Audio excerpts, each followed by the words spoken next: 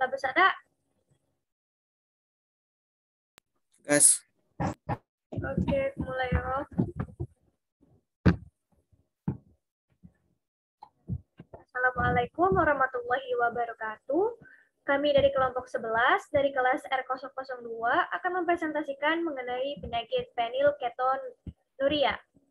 Fenilketonuria atau yang dikenal dengan PKU ini sendiri merupakan penyakit kelainan metabolisme asam amino. Bentar.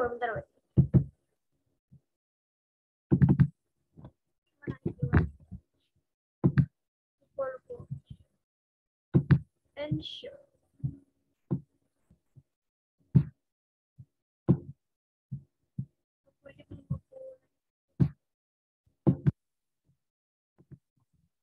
You guys.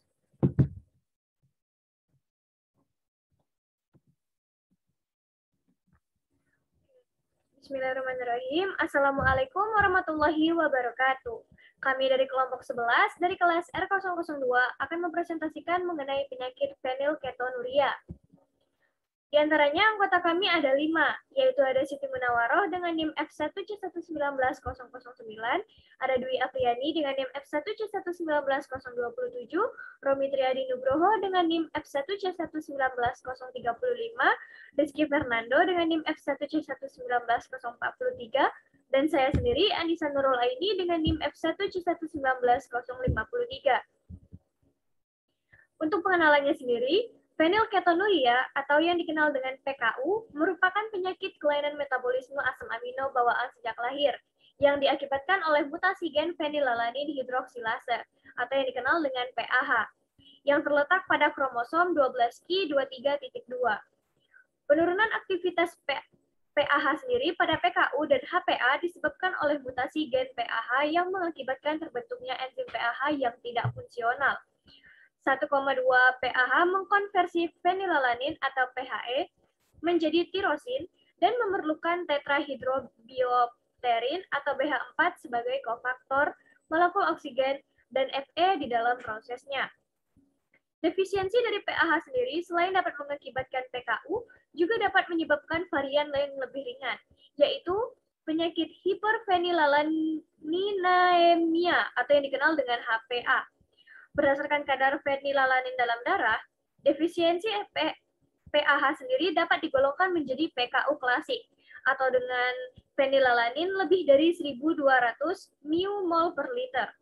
PKU ringan atau fenilalanin dengan 600 sampai 1.200 μmol per liter. Dan HPA ringan yang ditandai dengan peningkatan fenilalanin di atas nilai ambang normal. Fenilketonuria sendiri yang tidak diterapi menyebabkan peningkatan kadar fenilalanin di dalam darah dan akumulasinya pada otak yang akan berakibat toksik. Akibatnya adalah gangguan intelektual progresif yang sering disertai dengan gejala lain, seperti ruam eksematosa, autisme, kejang, dan defisit motorik. Gangguan pertumbuhan, tingkah laku, dan kejiwaan juga dapat berkembang seiring pertumbuhan anak. Selanjutnya akan dijelaskan oleh Romi Triadi Nugroho. Kepada Romi, dipersilahkan. Baiklah, terima kasih kepada Andisa Nurul Aini. Baiklah, selanjutnya saya akan menjelaskan tentang metabolisme dari PKU. Fenilalanin ini memiliki dua bentuk, yaitu bentuk D dan bentuk L, yang merupakan asam amino esensial yang diperlukan untuk sintesis protein pada manusia. Kadar fenilalanin ini dipertahankan dalam kadar yang relatif stabil. Dia serta daur ulang asam amino endogen menjadi sumber utama fenilalanin. Fenilalanin terjadi melalui integrasi protein, oksidasi menjadi tirosin, ataupun konversi menjadi senyawa lain. Baiklah, di sini adalah contoh dari metabolisme dari fenilalanin tersebut. Baiklah, next.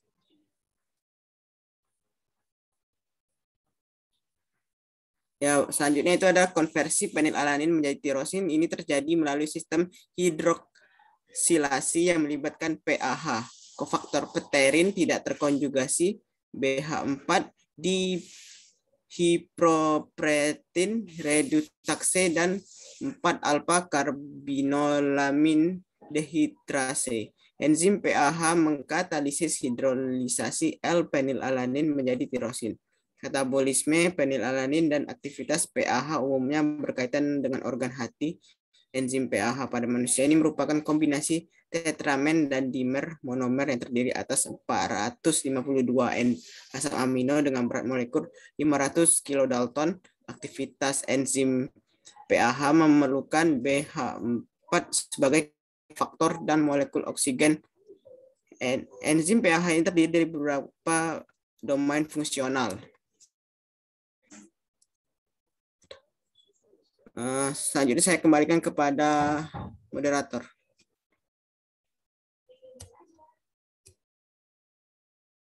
Baiknya, selanjutnya yaitu mengenai genetika PKU. Nah, penjelasan selanjutnya akan disampaikan oleh Rizky Fernando. Kepada Rizky, kami persilahkan.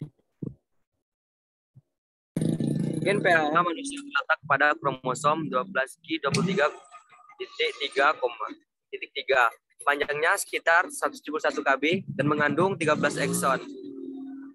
Hyperphenylalaninamia dapat disebabkan oleh mutasi pada lokus PAH yang menyebabkan PKU atau mutasi pada sejumlah loci yang mengganggu sintesis dan regenerasi BH4 yang mengakibatkan hiperphenylalaninamia non-PKU.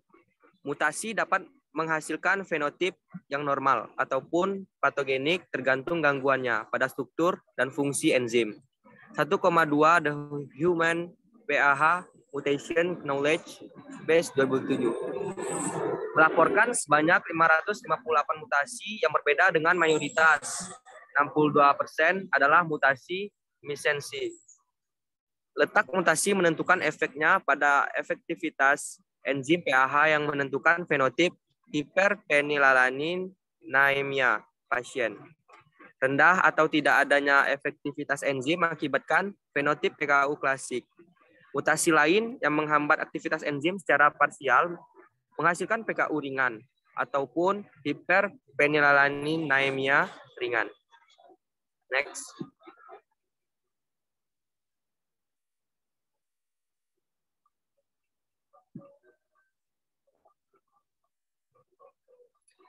Patofisiologi. Fenilalanin dapat masuk ke dalam otak melalui neutral aminoasid, karier laminoasid transporter atau LAT1. Peningkatan kadar fenilalanin pada otak dapat mengganggu fungsi neurofisiologis melalui beberapa mekanisme. Dari hasil pencitraan radiologi ditemukan lesi substansi putih yang berhubungan dengan berkurangnya pembentukan mielin. Meskipun belum ditemukan hubungan kuasif pasti antara dismielinasi dan gangguan neurofisiologis, asam amino netral lainnya, yaitu tirosin yang merupakan prekursor dopamin dan norepinefrin serta tritopan yang merupakan prekursor serotonin juga masuk ke otak melalui karier LAT1. Kadar fenilalanin yang tinggi pada darah dapat menghambat LAT1 dan asam amino netral lain memasuki otak, meningkatkan risiko meningkatkan risiko terjadinya disfungsi neurotransmitter dan sintesis protein. Mekanisme lain induksi kerusakan otak akibat hiperphenylalaninamia adalah berkurangnya aktivitas pirufat kinase, gangguan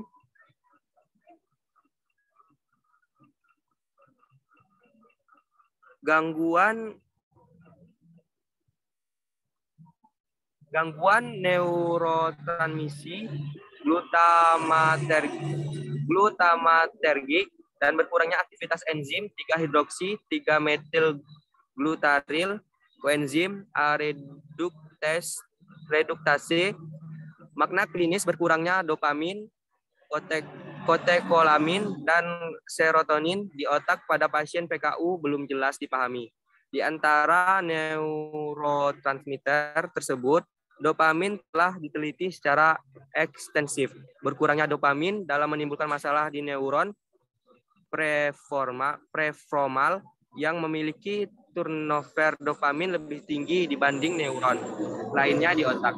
Pada pasien PKU yang tidak diterapi dapat terjadi korea, tremor, dan distonia. Mungkin disebabkan oleh defisiensi dopamin di ganglia basalis. Defisiensi serotonin dapat menjelaskan peningkatan ansietas dan depresi pada penderita PKU.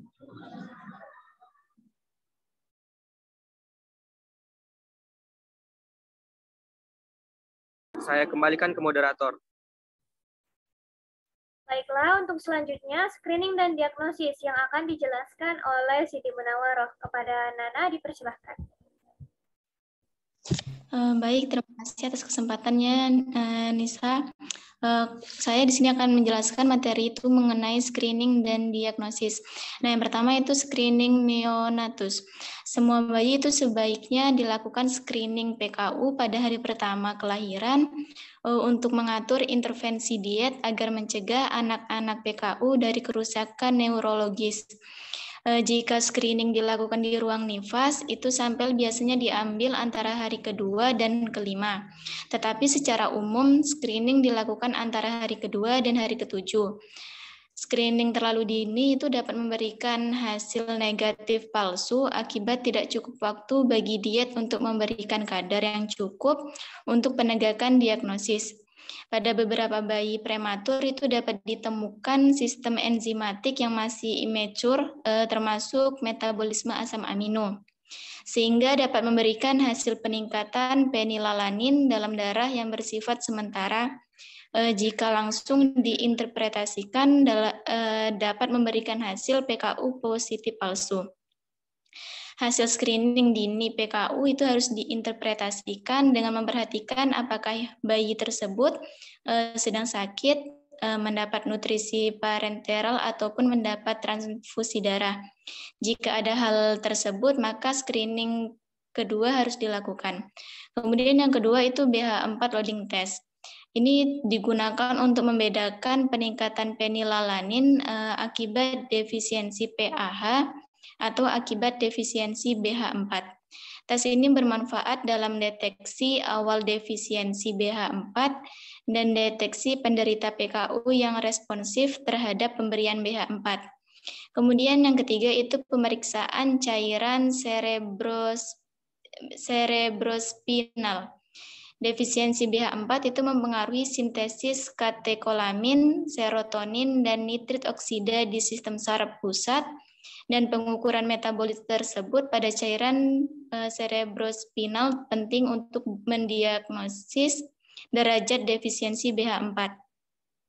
Penilaian bukan hanya kadar absolut 5-hidroksiindolasetik asid dan homofanilik asid pada cairan cerebrospinal. Rasio neurotransmitter juga penting memberi informasi diagnostik yang berhubungan dengan beratnya serta luaran defisiensi BH4. Baiklah, saya kembalikan kepada moderator.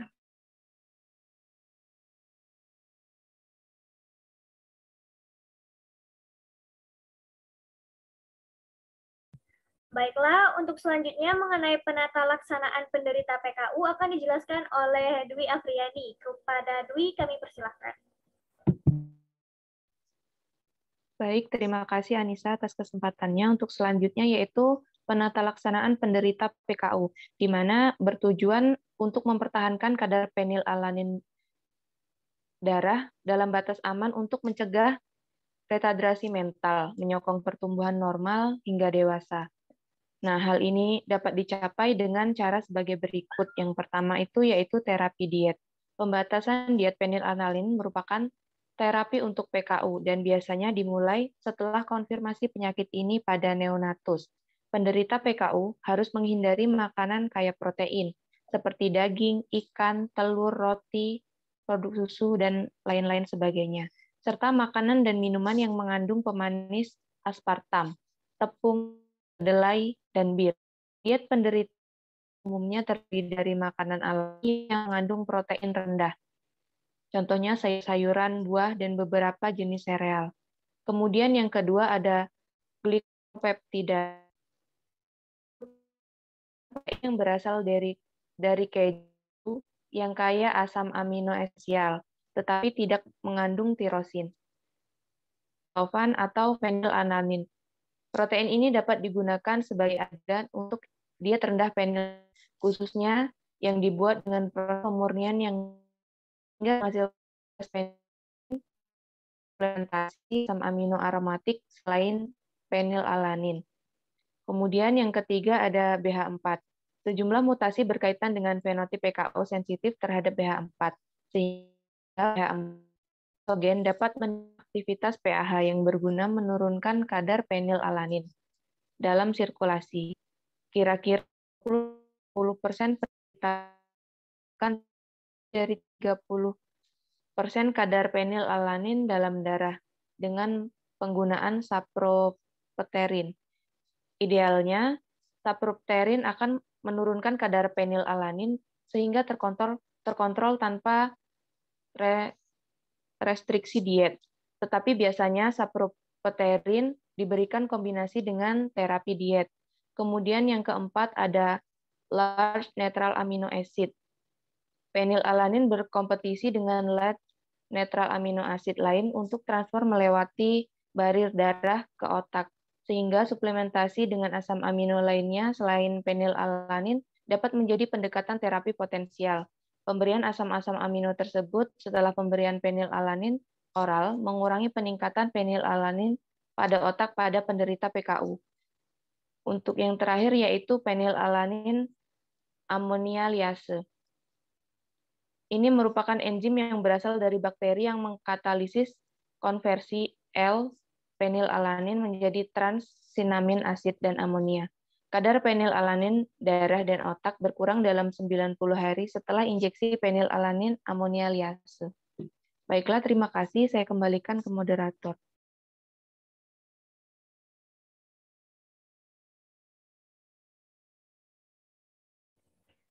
Baiklah, untuk selanjutnya yaitu berupa kesimpulan. Kesimpulan dari presentasi kami hari ini itu juga merupakan yang kami bahas yaitu mengenai fenilketonuria. Nah, fenilketonuria ini sendiri merupakan penyakit kelainan metabolisme asam amino yang merupakan bawaan sejak lahir yang diakibatkan oleh mutasi gen fenilalanin hidroksilase atau PAH yang terletak pada kromosom 12q 23.2. Nah, pada penyakit ini sendiri yang merupakan penyakit kelainan metabolisme asam amino, untuk biokimia dan juga metabolisme PKU-nya sendiri, yang dari fenilalanin memiliki dua bentuk, yaitu D dan L. Fenilalanin yang merupakan asam amino esensial sendiri yang diperlukan untuk sintesis protein pada manusia. Kadar fenilalanin ini akan dipertahankan dalam kadar yang relatif stabil. Nah, kemudian untuk konversi fenilalanin sendiri menjadi tirosin terjadi melalui sistem hidroksilasi yang akan melibatkan PAH, kofaktor pterin tidak terkonjugasi, BH4, dihidropterin reduktase, dan 4-alpha-karbinolamin dehidratase. Nah, selanjutnya sendiri untuk genetika PKU, gen PAH ini sendiri terletak pada kromosom yang telah disebutkan tadi, yaitu 12q 23.3 dengan panjang sekitar 171 kb dan mengandung 13 ekson. Nah, hiperfenilalamin ini juga akan dapat disebabkan oleh terjadinya mutasi pada lokus PAH yang menyebabkan PKU ataupun mutasi pada sejumlah loci yang mengganggu sintesis dan regenerasi BH4 yang mengakibatkan hiperfenilalaninemia non-PKU. Nah, untuk patofisiologinya sendiri, fenilalanin ini akan dapat masuk ke dalam otak melalui neutral amino acid carrier lamino acid transporter atau dikenal dengan LAT1. Nah, untuk peningkatan fenilalanin sendiri pada otak akan dapat menyebabkan gangguan fungsi pada neurofisiologis melalui beberapa mekanisme. Untuk screeningnya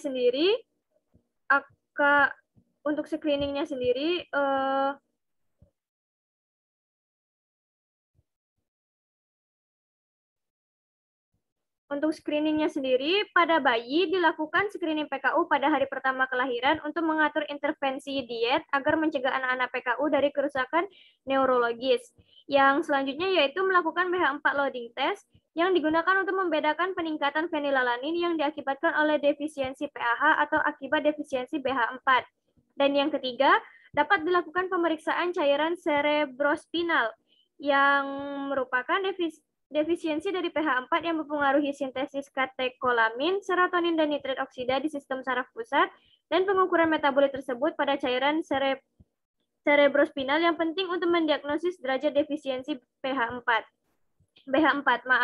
Penilaian bukan hanya kadar absolut 5-hydroxyindolatetic acid dan homovanillic acid pada cairan cerebrospinal, rasio neurotransmitter juga penting untuk memberikan informasi diagnostik yang berhubungan dengan beratnya serta luaran defisiensi dari BH4.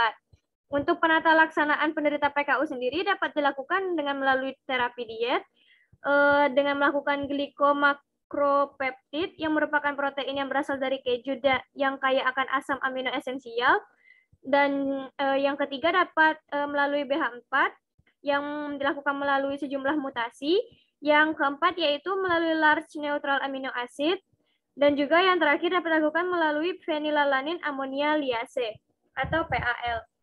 Nah, di sini kami menggunakan 3 buah jurnal sebagai referensi. Yang pertama yaitu jurnal yang ditulis oleh Rubianti R yang diterbitkan pada tahun 2019 yang berjudul Review Artikel Mutasi pada Penyakit Phenylketonuria atau PKU Mutation on Phenylketonuria Disease atau PKU. Dan yang kedua ada Kurniawan LB yang diterbitkan pada tahun 2015 mengenai patogenesis, screening, diagnosis, dan penata laksanaan phenylketonuria. Dan yang terakhir ada Wakeberg, AMJV, McDonald, A. Ahring, K. Quintana, AB Blau, N. Bosch, AM, Burlina, A. Campistol, J. Velet F, Gizeus KM, Hutchbrecht SC, Kearney S, Leuzi V, Mailot F, Muntau AC, Regen MF, Tres F, Walter JH, dan Spronsen FJV yang diterbitkan pada tahun 2017 dengan judul The Complete European Guidelines on Phenylketonuria, Diagnosis and Treatment. Baiklah, saya pikir sekian dari kelompok kami. Mohon maaf apabila ada kesalahan dalam penyampaian kami. Saya tutup. Wassalamualaikum warahmatullahi wabarakatuh.